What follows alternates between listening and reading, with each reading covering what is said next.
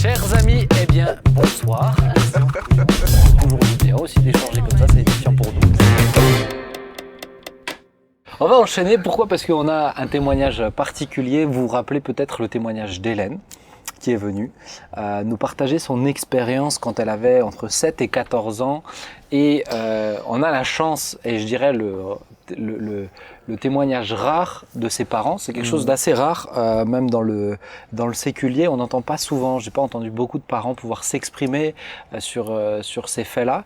Et ça me semblait vraiment intéressant, et d'entendre les parents, mais aussi d'entendre des parents qui ont la foi.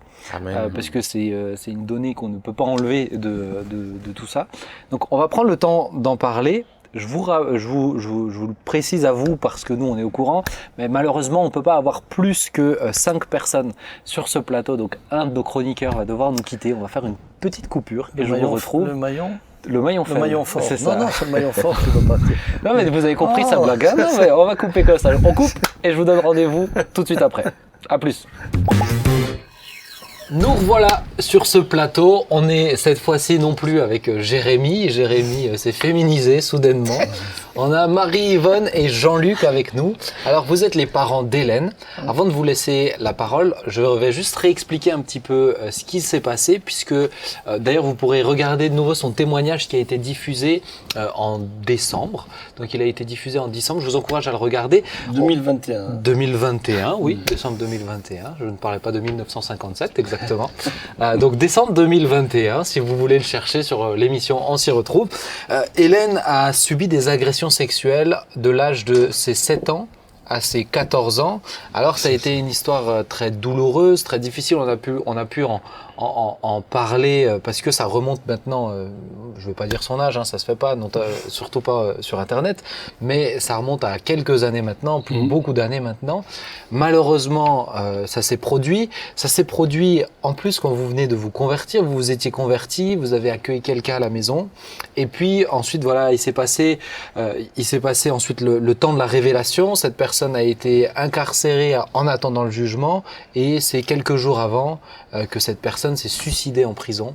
Donc voilà, ça nous a vraiment pu permettre de discuter sur ce sujet qui est lourd, qui est difficile pour les personnes qui le subissent, mais, et ça on l'oublie trop souvent, c'est aussi pour les parents. Et là, on a la chance de vous avoir avec, c'est de pouvoir parler aussi de qu'est-ce qui s'est passé pour vous, dans le cœur d'un papa, dans le cœur d'une maman.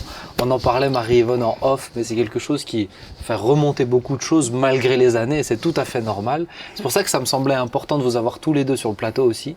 Alors, peut-être, je vais commencer par une question qui va vous reposer bien. Comment vous avez rencontré le Seigneur tous les deux?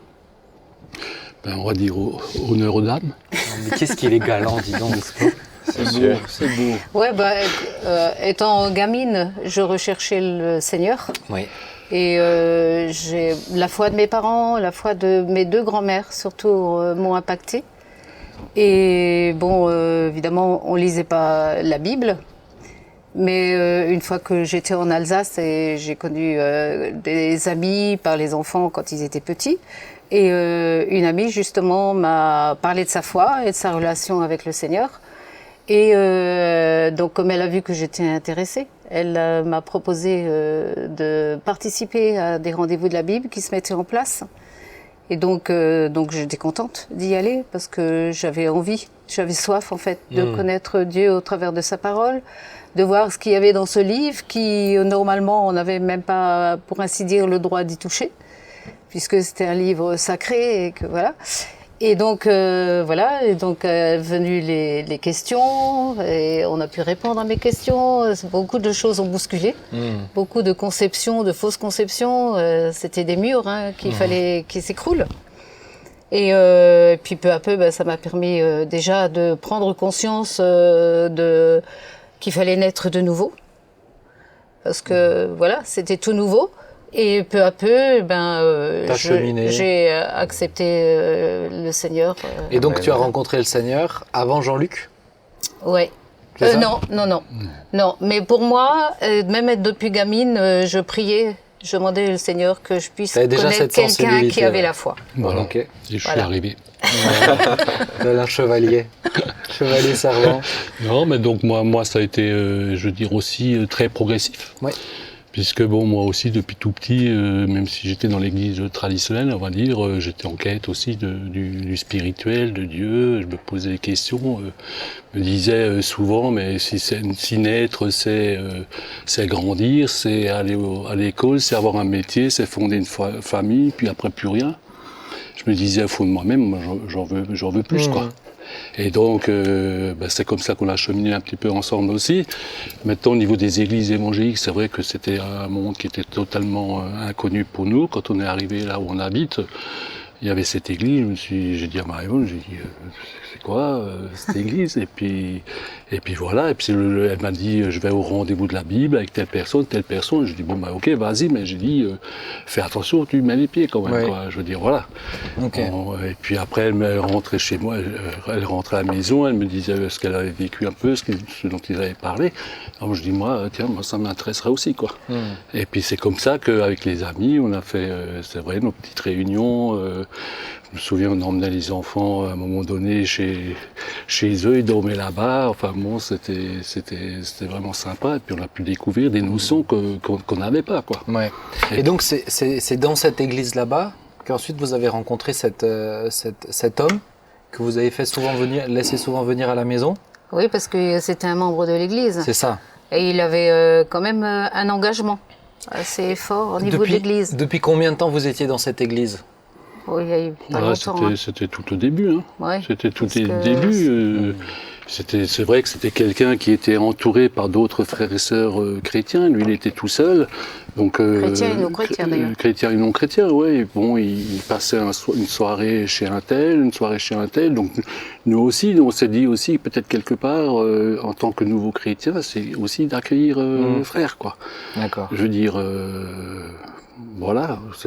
Donc, régulièrement, il venait, quoi. Ok. On va revenir sur ce qui s'est passé, mais juste avant ça, Marie-Yvonne, en tout cas, Hélène l'avait mentionné, elle nous a expliqué qu'elle avait été sensibilisée au danger aussi qu'il pouvait y avoir, parce que toi-même, tu avais vécu des choses. Est-ce que tu veux bien nous parler un petit peu de ça aussi? Oui, il n'y a pas de problème.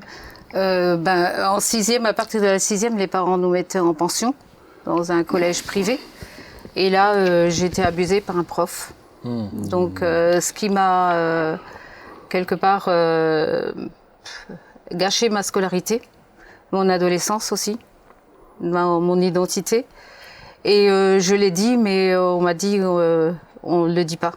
Donc, ça a été mis sous silence. Et après, il y a plusieurs personnes de mon entourage, notamment famille, qui ont eu des gestes pas très sympathiques vis-à-vis de moi. Et donc, j'en parlais pas et ça m'a démoli un peu durant mon adolescence, quoi. Et moi, ayant connu ça, je disais jamais je voudrais que mes enfants connaissent ça, quoi, subissent de telles choses, quoi. Donc, tu les as sensibilisés? Voilà, des petits, en fait, dès qu'ils pouvaient le comprendre, je voulais vraiment les mettre en garde, quoi. Tu leur disais, faites attention à ceci, faites Voilà. attention à... Et d'ailleurs, au moment du procès, j'avais mentionné à l'avocate, je lui ai dit, mais je comprends pas ce qui leur arrive, quoi. J'avais tellement parlé de ça. Et l'avocate, elle m'a dit, mais Hélène a perçu une souffrance en vous, elle n'a pas voulu en rajouter. Et voilà, et pour moi, c'était très, très douloureux, quoi, parce que quand j'ai découvert ça, enfin, voilà, c'était... Et ça montre aussi que c'est pas parce qu'on l'a vécu qu'on peut tout anticiper, tout prévoir, tout gérer. Malheureusement, pour moi, ça ne pouvait pas arriver, quoi. Dans ma tête, c'était clair que j'aurais voulu vraiment garder les enfants de ça, quoi. Ouais. Comment vous avez... Donc cet homme, il venait parce que voilà, il circulait un petit peu dans les familles. Est-ce que vous aviez, toi, Marie-Yvonne ou Jean-Luc, est-ce que vous aviez des regards attentifs, des regards en se disant, on en parlait tout à l'heure, je ne sais pas si vous avez pu écouter la première partie de l'émission, mais aujourd'hui, c'est vrai qu'on est très attentif sur ce qui peut se passer pour les enfants. Est-ce que dans votre cas, c'était un peu ça aussi, avec cet homme qui venait régulièrement à la maison, ou il gardait les enfants aussi, si j'ai bien compris, à un moment donné? On avait fait totalement confiance, et puis de loin de moi, des idées comme ça, quoi. moi j'entendais à droite à gauche dans les médias de temps en temps des affaires, mais loin de moi de penser qu'un jour ça pourrait toucher nos enfants ou d'autres enfants, parce qu'il y a d'autres familles aussi qui ont été touchées. Et non, pas l'ombre, on n'a pas eu l'ombre d'un doute quand on confiait nos déjà, enfants c'était une à cette personne qui était d'un joviale. certain âge, quoi, adulte, et parce qu'il il était seul, il était élevé par la DAS, donc ouais.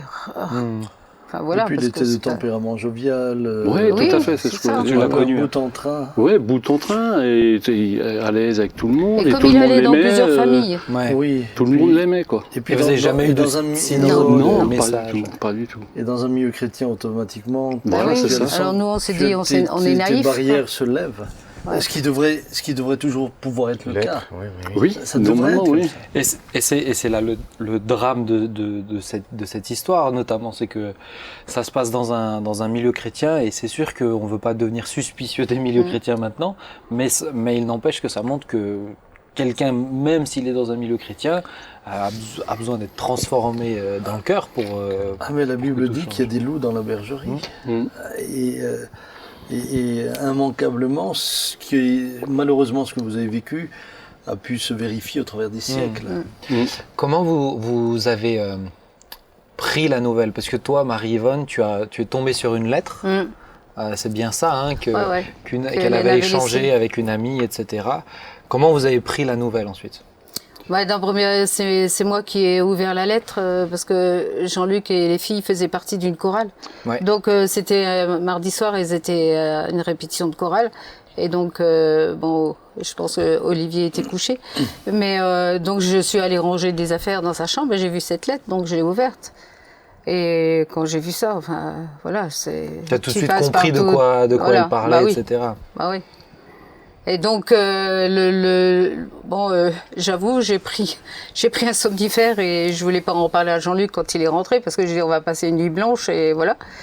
Et donc le lendemain matin, moi je me suis levée et puis peu de temps après, Jean-Luc il est allé dans la chambre d'Hélène alors que j'avais rien dit et qu'il n'avait pas l'habitude d'aller dans la chambre d'Hélène. J'ai dit c'était quelque part, il était poussé. Oui, tout à fait. Tu es tombé sur la lettre? Oui. Non, mais tout à fait. Moi, jamais j'allais dans la chambre de Hélène. Ouais. Et puis, je vois cette lettre. Et puis, j'avais entendu un petit peu les relations qu'elle avait avec cette jeune fille à l'époque. J'ai dit, je vais quand même un peu voir au niveau des garçons, tout ça, comme tu disais tout à l'heure. Voilà. Voilà, tous les pères. Tous les pères. J'ai lu ça. Et puis, j'ai lu ça. Et donc elle écrivait, mais ce que cette personne te fait, c'est pas normal, il faut que tu en parles à tes parents. Donc j'ai dit, Marie-Yvonne, viens voir. Alors moi je voyais qu'il venait pas, alors j'ai tout de suite dans ma tête, j'ai dit ça y est, il est tombé sur la lettre. Et donc il me dit, viens là, j'ai dit oui, je sais, j'ai lu hier. Et il me dit, mais qu'est-ce qu'on fait? J'ai dit, dans un premier temps, on interroge Hélène quand elle rentre du collège, quoi. Un premier temps, c'est ça. Mais je lui ai dit, ce que je sais moi, c'est que je veux savoir et je fais ce qu'il faut pour la défendre. Donc voilà, donc elle est revenue le midi et bon. Qu'est-ce qui, quand on se pose, alors elle n'a pas encore parlé, Hélène, à ce moment-là, mais je pense qu'il y a beaucoup de choses qui se passent dans la tête des parents à ce moment-là. Qu'est-ce qui trotte déjà dans la tête?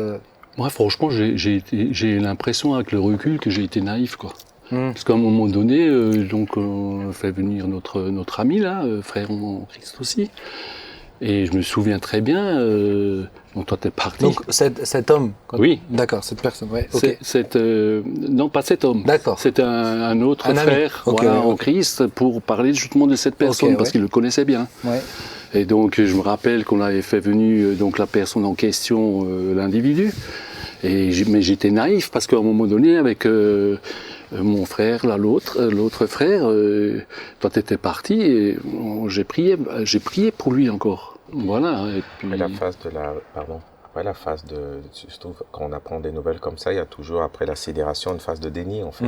Aussi. On n'arrive pas à prendre le pouls de la nouvelle qu'on vient d'entendre et où souvent les réactions ne sont même pas normales, cohérentes, parce qu'on essaye de se rattacher à un monde qu'on ne veut pas qu'il change en fait. Bah oui. On se trouve devant un mur. Devant un mur et on sait que ce ne sera plus jamais la même.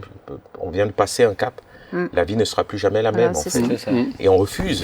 Du coup, le déni, c'est une manière comme ça de se protéger aussi, de préserver ce monde tel qu'on l'a connu. Et à la fois, il te vient des questions, qu'est-ce qu'on fait, comment faire, et la souffrance de ta fille, quoi. Parce que, voilà, tu t'imagines bien ce qu'elle a pu vivre, et tu as du mal à l'accepter, en fait. Alors justement, à ce sujet-là, la notion de culpabilité, comment vous avez... Je vais vous la poser, mais la réponse me semble évidente. Est-ce que vous en avez eu mais comment vous l'avez géré? Hélène avait notamment mentionné que la première fois que ça s'était passé, tu étais dans la pièce, Marie-Yvonne, si je me... je sais pas si c'était la première fois, mais c'est vrai, apparemment, j'étais en train de repasser et eux, ils étaient sur le canapé. Et comment... J'ai rien vu, rien. Tout ça, tu vois, comment on le gère en tant que parent? Disons qu'après, on se pose des questions. Je veux dire, voilà, ça a duré quand même un certain nombre d'années. Je veux dire, puis pendant ces années, franchement, j'ai rien vu non plus. Bon, moi, j'étais parti la journée, souvent. Je rentrais le soir, mais rien vu du tout. Mais seulement. Est-ce que vous étiez au courant, par exemple, qu'elle pouvait aller chez lui à la maison? Non, justement, on avait interdit. Moi, j'avais interdit. Ouais, c'est ça. J'avais dit à Hélène, tu ne vas pas chez lui. Et il a réussi à les attirer. C'est l'emprise. Je dis-les parce que elle n'est pas la seule. C'est ce qu'elle disait. C'est ce que Hélène disait. Elle savait que si elle lui demandait d'acheter quelque chose, il achèterait, etc. Oui, parce que il jouait sur les sentiments. Il disait aux enfants, voilà, j'ai eu une enfance difficile, j'ai manqué d'amour et voilà quoi. Donc c'était du chantage affectif. Oui, puis il les a enfermés dans un secret. Bah oui. Ça. C'est notre secret. Tu n'en parles pas. Un secret, et à la fois, je sentais que Hélène n'était pas bien. Et quand elle rentrait de l'école, comme toute maman, tu essayes de communiquer avec ton enfant. Mais elle se braquait, elle se mettait tout de suite sur la défensive. Et moi, je disais, mais Seigneur, qu'est-ce que je fais qui n'est pas bien et tout, et montre-moi. Tu voyais qu'il y avait quelque chose qui allait pas chez elle. Voilà. J'étais loin de penser, évidemment, oui, ça. Bon, et en même temps, c'est une période... aussi compliquée. Je ne parle pas des 7 ans, 8 ans, 14 mais ans, vers 11, 12, 13, 14. L'adolescence. L'adolescence, c'est déjà une période difficile pour l'adolescent et difficile pour les parents, puisque l'adolescent se cherche, donc tu te poses pas forcément la question en rapport avec une situation aussi dramatique. Mais alors, vous, par rapport à ça, donc par rapport au fait, à cette personne qui finalement a pu avoir accès à la maison parce que vous vouliez être gentil, tout simplement, et accueillant, c'est normal. Qu'est-ce qui se passe dans votre cœur, personnellement, vis-à-vis de Dieu?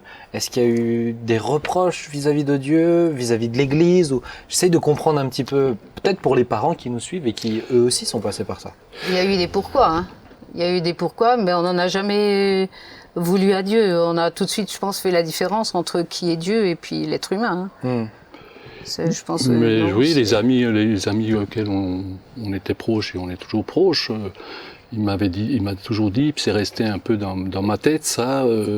Un homme, quel qu'il soit, il peut toujours décevoir, quel qu'il soit. Et il m'avait dit cette phrase-là, et le fil à plomb, c'est la parole de Dieu. Et on est resté un petit peu accroché à ça aussi. Et puis non, on n'en a vraiment jamais voulu, à Dieu.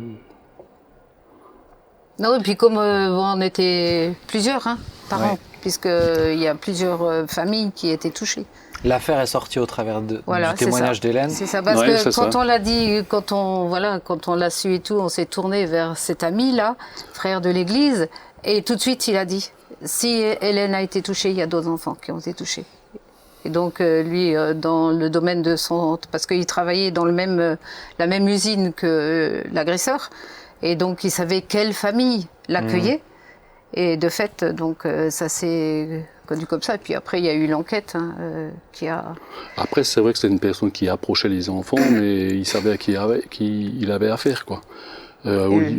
Olivier, notre fils, il a été bon, lui, c'était... il a essayé aussi sur Pauline aussi, sur d'autres. Et il étudiait bien les caractères, on va dire. Voilà, c'est ça.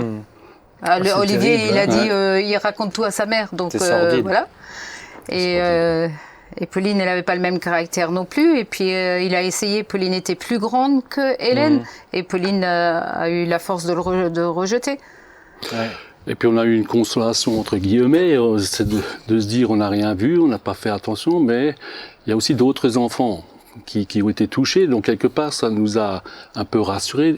Ouais, je sais pas si on peut dire ça comme ça. Mais je comprends mais ce que tu veux dire. De dire qu'on n'est pas tout seul, quoi. Ouais, c'est ça, ouais. C'est pas... Mais le jour où il devait y avoir le procès, qui ont ouvert le tribunal, quoi, et il y avait des personnes de 30-40 ans qui étaient là, et qui n'avaient jamais rien dit. Il faut se rendre compte que peut-être cet homme, alors loin de moi d'excuser rien du tout, hein, mais quand tu parles d'enfants de la DAS, on sait aussi que dans ces lieux-là, c'est pratiquer des choses horribles, terribles. Ouais. On le sait, mais ça ne justifie pas. On se ah non, clairement pas du tout. Ça ne justifie en rien. Mais on se rend compte une chaîne comme ça de victimes à bourreaux. Et ça, c'est reconnu que la victime peut rapidement devenir un bourreau. Et dans ce cas-là, c'est des prédateurs, quoi. Hein. On peut dire c'est réellement des prédateurs. Il y a réellement, la vie est tournée autour d'une stratégie pour abvenir à ses fins. Quand tu parlais de reprocher à Dieu, moi, ça me donne encore plus la haine du diable, en fait. Parce qu'on ne parle jamais, on reproche toujours à Dieu, mais on ne se tourne pas vers celui qui est réellement l'auteur, le véritable. Et je pense que la question aujourd'hui, en tout cas pour nous qui écoutons ça, il y a comme une forme de dire, mais le diable, il est mauvais, quoi.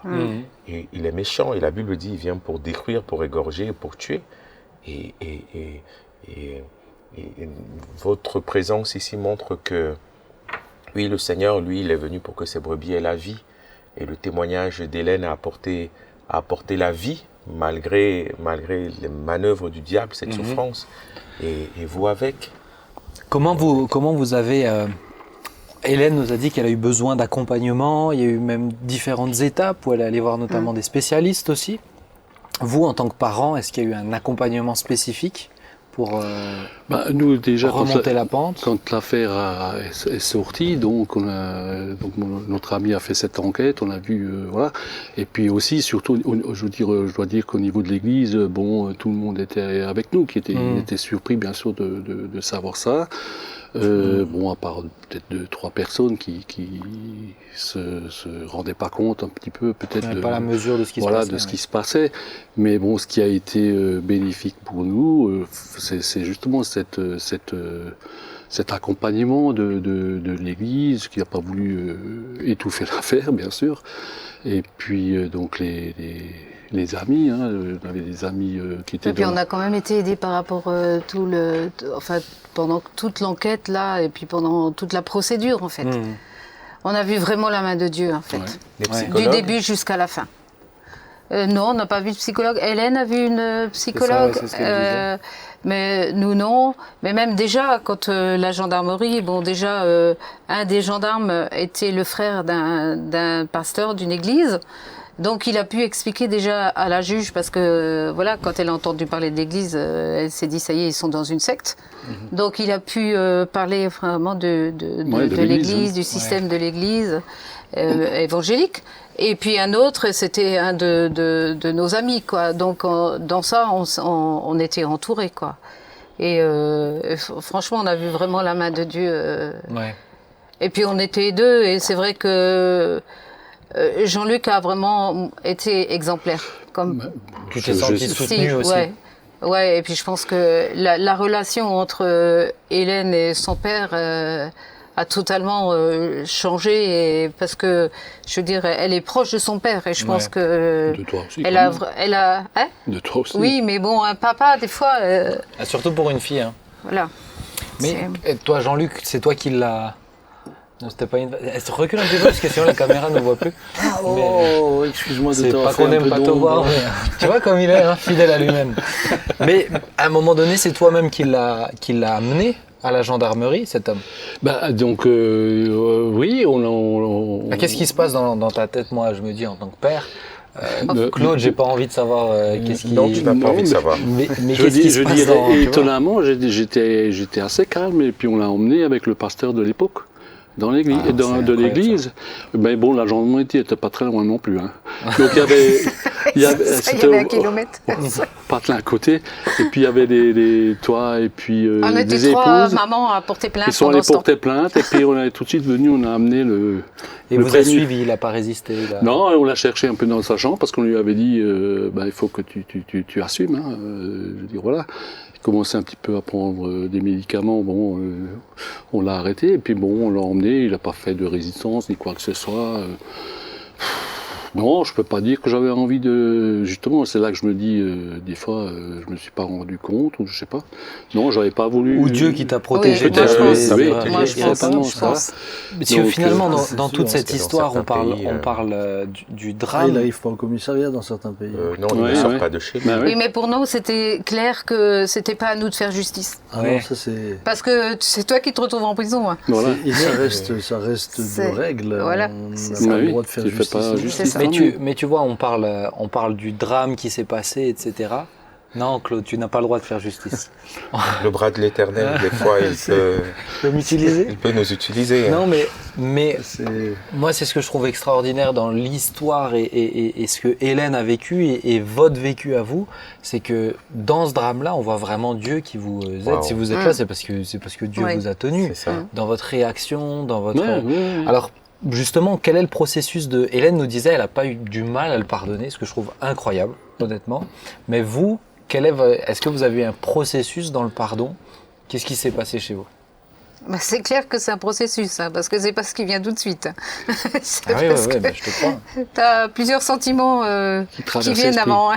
Hmm. Et bon, après, voilà, à un certain moment se pose le problème, voilà, et puis Dieu demande de pardonner.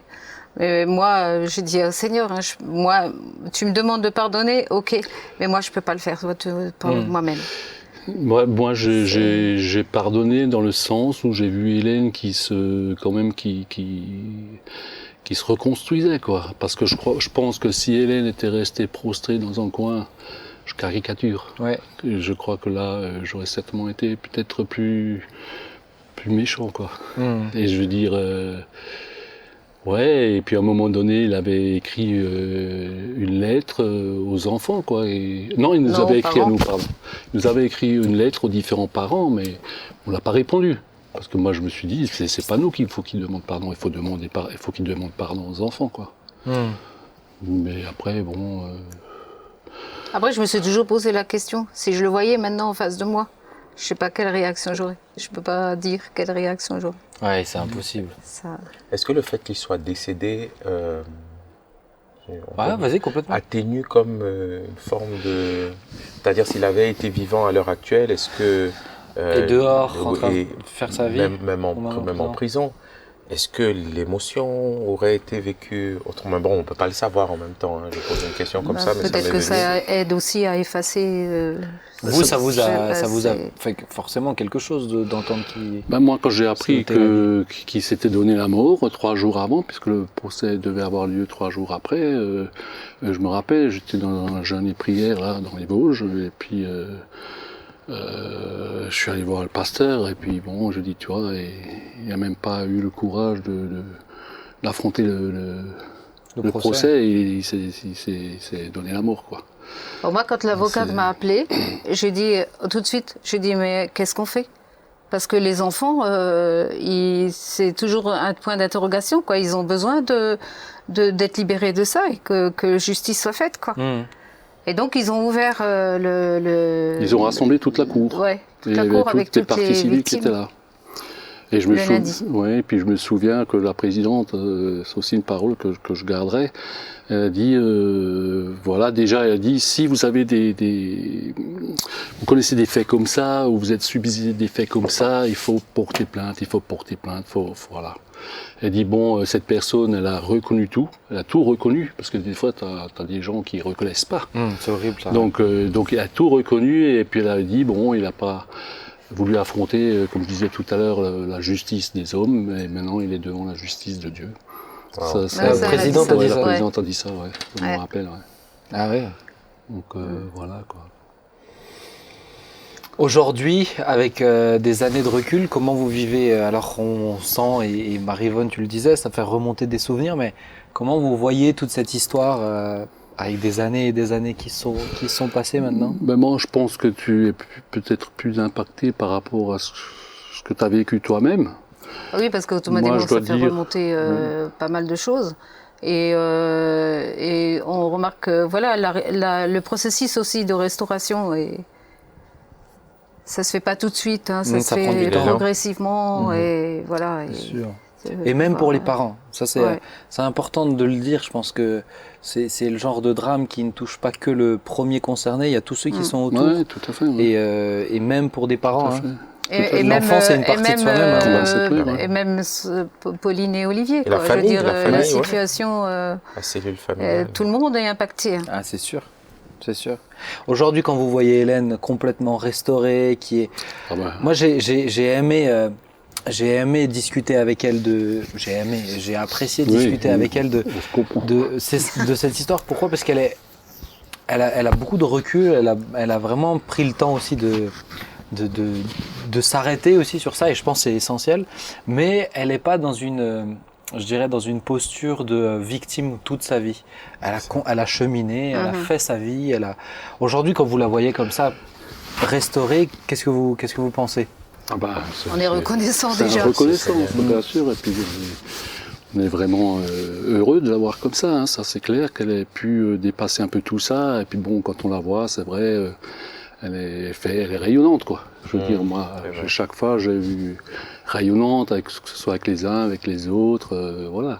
C'est ce que j'ai essayé de dire aussi un petit peu à l'époque, avec le mariage à Jérémy. J'ai dit, bon, c'est vrai, t'es une belle mariée, mais t'es vraiment une belle personne, quoi. Wow. Même, elle m'apprend beaucoup de choses. Dans ça, quoi. C'est chouette. Non, en fait, contrairement à ce qu'on pourrait croire, ça l'a ouverte encore plus aux autres, en fait. Ah, mais son histoire est extraordinaire. Vraiment, c'est pour ça que pour moi, elle est vraiment la main de Dieu dans le malheur. Hein.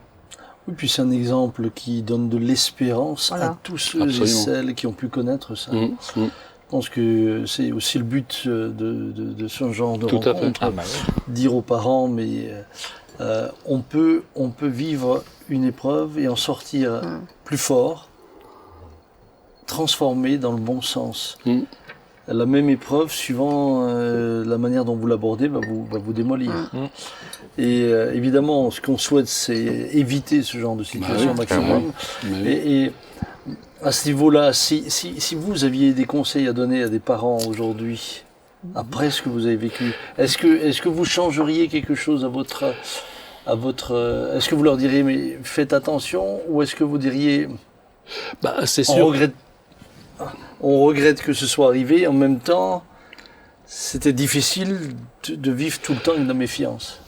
Tu peux pas, et puis bon, tu vois, la preuve, c'est que moi j'ai essayé de mettre des garde-fous, et puis c'est quand même arrivé, quoi. Tu peux pas mettre tes enfants dans un cocon, et puis les ressortir... C'est obligatoire de lâcher prise. Voilà, c'est ce qu'on disait tout à l'heure. C'est sûr que sans tomber dans la paranoïa, on va dire. Pardon. Je dis presque. C'est vrai que maintenant, on n'est plus méfiant. C'est pas parce que y a marqué chrétien sur le front que voilà, que ce soit dans ce domaine ou dans d'autres domaines d'ailleurs, quoi. Hein, je veux dire. Moi j'avais dit aussi à l'époque, tout de suite, j'avais dit à l'époque, Hélène, toi tu es la victime. Faut pas te tromper. Et ce que je pourrais dire un petit peu aux parents, si vous avez des enfants qui subissent ça, quelle que soit la situation, un adulte vis-à-vis d'un enfant, l'enfant est la victime. Il n'y a rien à faire. C'est ça. D'accord. Et donc surtout, il ne faut pas étouffer les choses, quoi, parce que sinon ça devient comme un abcès, au fur et à mesure des années, ça s'infecte, et puis... voilà, quoi. Vous avez eu du mal à réouvrir votre maison? On l'a ouvert autrement. Oui, non, pas.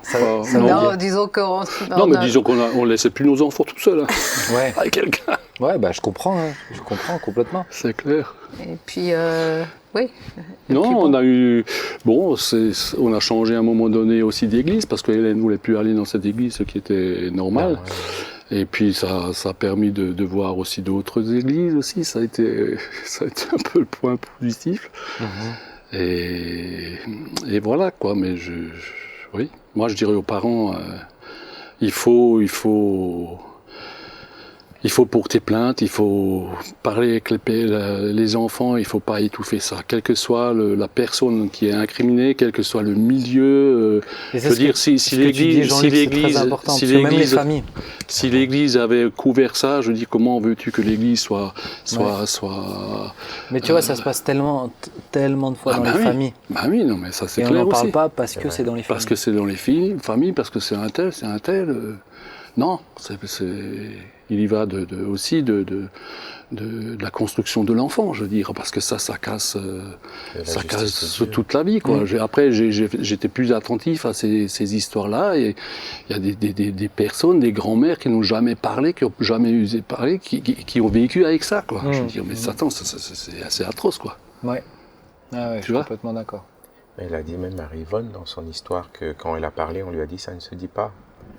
C'était encore l'époque. Oui, révélateur d'une époque. C'était encore l'époque où on ne parlait pas. Et où la voix de l'enfant était de toute manière discréditée. On est d'accord. Alors, sans vouloir mettre une fausse note dans ce qu'on est en train de dire, mais aujourd'hui, j'ai presque le sentiment que parfois on tombe dans l'autre extrême.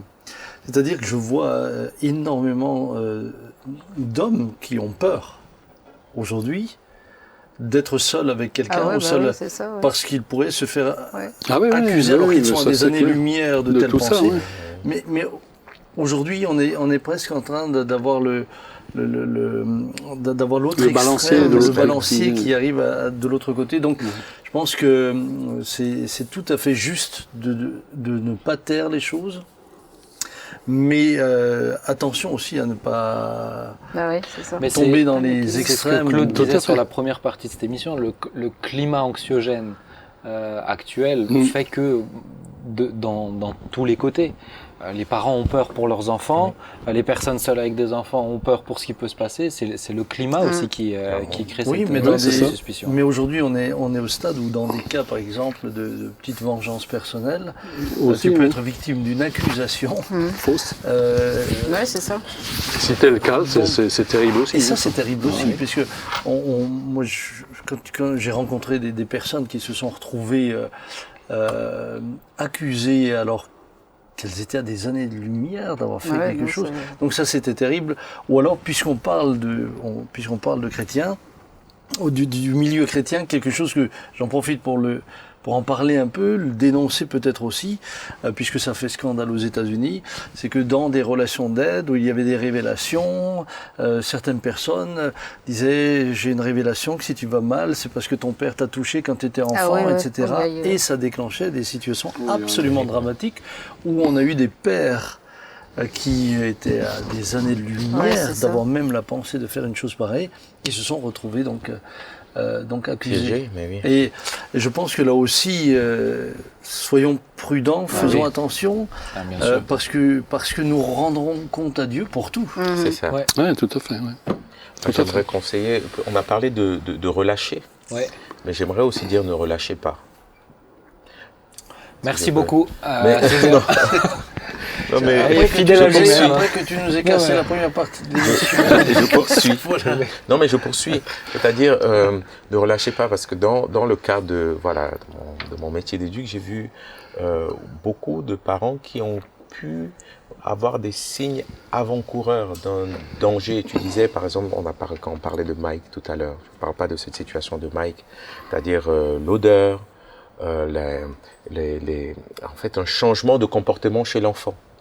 Et ça, c'est des signes en tant que parent, des fois, alors qui n'emmènent pas à ces risques, à ce péril, à ce drame, mais il y a quand même toujours derrière ces changements de comportement, des signes qu'on voit, qu'on ne voit pas, qu'on ressent, qu'on ne ressent pas, quelque chose où on doit pouvoir être attentif, vigilant. Voilà. Oui, mais c'est. Oui, j'entends. Ah non, ce n'était pas Marie-Yvonne, vraiment, c'était pas par rapport justement, à toi. Hélène, elle avait quoi, 8-9 ans. Et j'étais sortie de la maison. Et quand je suis rentrée, je suis allée chez une amie dans la rue à côté. Hein, et je suis rentrée, elle m'a dit, maman, il y a un homme qui est venu et il m'a agressée.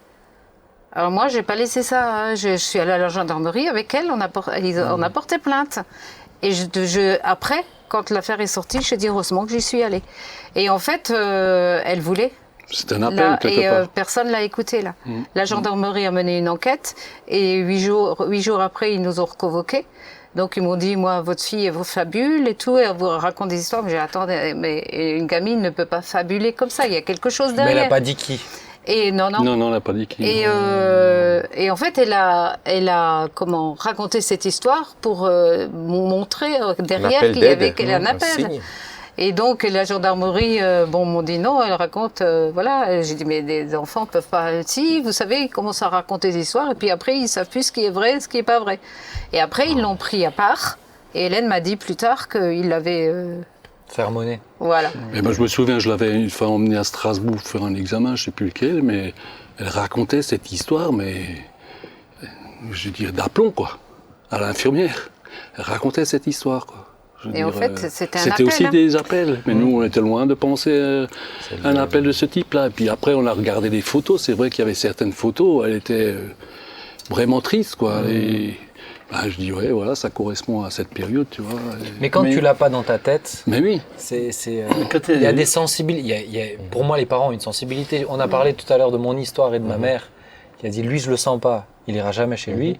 Et c'est particulier, ça arrive. Moi, je sentais rien. Ça arrivait une fois. Moi, je disais à ma femme, arrête de nouveau de fabuler. Mais elle était vraiment dans le vrai.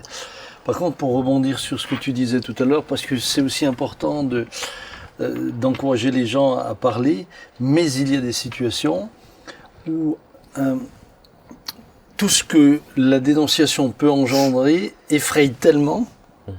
Il faut faire se taire. Moi, j'étais en face d'une maman qui avait 6 enfants, qui me disait les larmes dans les yeux. Elle avait appris que sa fille vivait quelque chose de difficile, etc., avec un membre de la famille. Et elle avait tellement peur qu'on lui retire ses enfants. Que s'il y a une enquête, on lui retire tous ses enfants, qu'elle n'a rien dit. Et bien sûr, plus tard, cette fille a fait le reproche à sa mère en disant « Mais tu m'as sacrifié sur l'autel pour garder les autres. » Mais je sais, je le dis parce qu'on n'imagine pas les dilemmes qu'il peut y avoir. Mais c'est ce qu'on disait, dans les familles, là où ça se passe le plus, c'est dans les familles. Moi, dans ma classe, au collège, j'ai deux copines de classe, 2 filles de ma classe, c'était dans leur famille. C'est dans l'intrafamilial. Et même en tant que victime, moi, s'il y a quelqu'un de ma famille, voilà, et tu dis rien parce que tu veux pas d'histoire de famille. Si tu dis quelque chose, automatiquement, ça va éclater. Et même Hélène disait dans son témoignage qu'elle pensait, je veux pas qu'est-ce qui va lui arriver à lui, etc. Aussi. Ah oui, alors ça, c'était bouleversant d'entendre Hélène dire ça. Mais c'est vrai que, par exemple, là, vous étiez en face d'un homme finalement qui n'avait pas de famille. Mais quand de l'autre côté, tu as une famille, tu as par exemple 4 ou 5 enfants, tu sais, si tu parles, tu fais exploser tout ça, tu as des enfants sans père. Évidemment, ce sont des obstacles, c'est pour ça que l'encouragement à parler est important. Non, mais je pensais plutôt l'encouragement à parler, je veux dire, il faut que le parent parle avec l'enfant. C'est ça, c'est un peu dans ce sens-là, parce que si un parent se met un couvercle comme une cocotte-minute sur lui, l'enfant... il n'aura pas le courage. Non, il n'aura pas le courage, mais surtout, il ne se sent pas épaulé par le parent. Il a besoin de se sentir accompagné. Il a besoin de se sentir épaulé, parce que sinon la famille... Claude, après c'est le temps de la fin. Je te préviens parce que tu vas me faire le coup. Non, je ne serai pas là. Tu vas me donner 3-4 images. Je ne serai pas là. Non, j'en ai pas là. Mais c'est en psychologie. Là, vous êtes en train d'allonger le temps. Je disais, non, en psychologie, on parle de l'inconscient, du conscient et de l'inconscient. Mais l'inconscient tend toujours à se manifester d'une manière ou d'une autre. C'est-à-dire, il y a toujours des signes, même sans la parole. Il y a la capacité pour chacun d'entre nous, et nous le voyons bien nous-mêmes en tant que parents, nous savons quand nos enfants comme nos femmes, elles savent. Parce qu'il y a et c'est ça qu'on appelle les gestes manqués, en fait.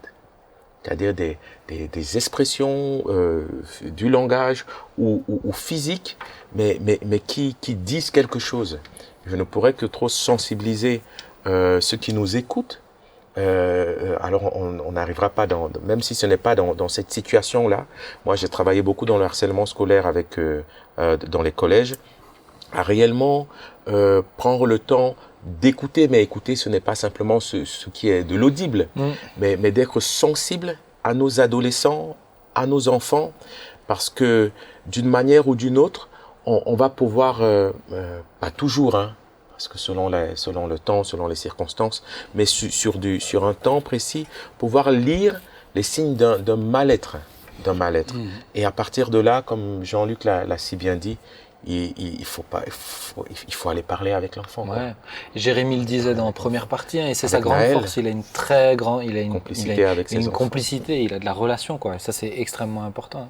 Oui, des fois, avant que la relation est bloquée. Oui. Et des fois, c'est ce qui s'est passé. Tous les parents n'ont pas été éduqués de la même manière. C'est ça.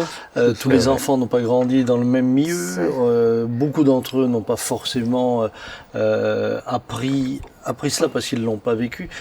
Donc c'est sûr que ça fait beaucoup, quoi. Ça fait beaucoup. De surcroît, en même temps, tu as les malaises qui sont liés à l'adolescence et qui, c'est des périodes délicates. Qui sont des périodes délicates. On ne sait pas toujours tout lire. Non. Il faut qu'on ait cette humilité. Et c'est pour ça que parfois, d'autres voient des choses que nous, on ne voit pas. Et d'autres peuvent nous dire... Tiens, qu'est-ce qui se passe avec ton fils? Et malgré tout ça, il y a des drames qui arrivent. Voilà. C'est vrai. Et c'est comment faire pour que Dieu puisse nous en sortir. Et c'est pour ça que votre témoignage, pour moi, est vraiment une source d'encouragement, y compris celui d'Hélène, où elle est rayonnante, comme tu le disais. On peut pas tout gérer en tant que parent, c'est impossible. On a beau être attentif, on a beau être vigilant, sans être surprotecteur ou mère poule, parce que c'est mauvais pour l'enfant aussi. Trouver cet équilibre-là, mais accepter qu'il y a une partie qui n'est pas entre nos mains. Et il y a la vie, il y a le diable, tu parlais du diable, et puis il y a aussi le Seigneur qui touche. Aussi. Non mais surtout laisse-moi conclure parce que tu repars. Est-ce que je veux conclure avec cette phrase? C'est ma cousine qui me la disait, j'étais avec son fils et puis on parlait. Son fils, bon voilà, aujourd'hui il avance à fond avec le Seigneur et tout, c'est cool. Wow. Bon, il a eu une petite partie là, il avait une petite baisse de régime il y a quelques temps. Et puis là je l'ai ramené chez lui, on discutait un peu et elle me disait merci Ben d'être avec lui aussi et tout. Elle me dit tu sais, quand nous on veille, le Seigneur surveille. C'est beau. C'est beau. Je dis, écoute, on va terminer sur on va terminer là-dessus. Ben, c'est beau. On va s'arrêter là. Je suis fier de toi. Sachez-le, chers amis, certains veillent, plus ou moins, on peut le dire. Le Seigneur surveille, vraiment. Il est là, il est garant. Il est garant pour nos enfants si on les aime. À combien plus forte raison lui les aime. Merci. Donc, merci. T'as carrément fait les conclusions tout ça. Non, je voulais les remercier. Je sais pas. Merci d'avoir eu le courage de venir. Vraiment. Mais oui. Merci. Mais je voulais d'abord compris et après on fait. D'accord, pardon. On peut recommencer. Est-ce que je peux redire un petit mot? Toi, tu as le droit, surtout pas eux deux, mais toi, tu as le droit de dire un petit mot. Parce que c'est vrai que quand on a analysé tout ça, bon, le Seigneur, il a permis que ça se découvre, quand même. C'est vrai. Et puis c'est vrai que tout au long de ce cheminement, on a vu sa main, parce que bon, je veux dire, cette personne, elle venait quand même tous les jeudis soirs chez nous. Aucun voisin nous a posé la question, qu'est-ce qu'il est devenu, on ne le voit plus. C'est comme s'il y avait eu une chape de protection. Parce qu'à un moment donné, on se disait avec Marion, il va falloir qu'on déménage, quoi. Parce que tu vois, c'est...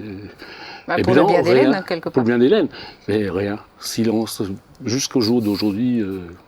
Par la moindre question. Dans les états, même pour le pardonner. Tout à fait. On va prier, cher Père. Avec plaisir. Père, nous te remercions parce que tu demeures le Père même dans les moments difficiles. Amen. Et nous te remercions pour le beau témoignage que nous avons entendu, qui, malgré le drame qu'il recouvre, malgré la douleur, la souffrance, l'incompréhension aussi qu'il a pu entraîner, eh bien, nous prouve toujours encore qu'au-dessus de tout, tu es présent. Oui.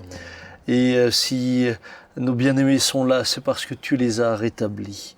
Et tu les as d'autant plus rétablis qu'ils voient leur enfant, leur fille Hélène, totalement, non seulement guérie, mais embrassant la vie et allant de l'avant. Et nous te bénissons pour cela. Nous prions pour, Seigneur, eh bien, toutes les familles, nous prions pour les enfants en particulier, et te demandons, divin berger, veille sur eux. Veille sur eux d'autant plus que toi tu vois ce que nous ne pouvons pas voir et tu sais tout. Merci parce que tu demeures et tu restes le même pour toujours. Merci de bénir aussi tous ceux qui suivent cette émission et de venir au secours de ceux qui, d'une manière ou d'une autre, ont pu vivre eh bien, des événements tragiques et dramatiques comme ceux-là dans leur propre vie. Qu'ils puissent expérimenter la restauration et la guérison. Nous t'avons ainsi prié, Père Saint, au nom de Jésus. Amen. Amen. Amen. Amen. Amen. Merci à vous, à tous les deux, d'avoir eu le courage de venir. Merci. C'est maintenant que tu peux dire merci. Non, je l'ai déjà dit. Non, vraiment, merci beaucoup. C'est des témoignages précieux et rares, je tiens à le souligner, parce que vraiment, on n'en trouve pas beaucoup. Et ils méritent et ils sont importants pour faire du bien à tous ceux qui sont passés par là. Il y a tellement de personnes. Merci beaucoup. Merci Claude. Merci. Pour tes retours. Merci. Des images. Merci, Pasteur Sam. Merci à vous. Merci. Merci, papa. Merci. Et merci à chacun d'entre vous, chers amis. L'émission dure un peu plus longtemps que d'habitude. On peut le dire. Elle dure le temps d'un bon dessin animé pour enfants, donc 1h30. Vous pouvez la partager sans modération, parce que je crois que ça peut vraiment encourager des personnes. Et peut-être pas juste ceux qui ont eu des enfants qui ont subi des agressions sexuelles, mais tous les parents qui souffrent à cause de leurs enfants. Je pense vraiment qu'il y a beaucoup de clés qui ont été données ici. Donc n'hésitez pas à la partager. Vous pouvez faire des pauses. Je vous en voudrais pas, rassurez-vous. Et puis que Dieu vous bénisse. Rendez-vous vendredi prochain à 19h sur YouTube ou toutes les plateformes podcast pour nous écouter en audio dans votre voiture ou à la maison. Et t'as vu ça ? D'un trait. Que Dieu vous bénisse. Beau, à bientôt. Ciao.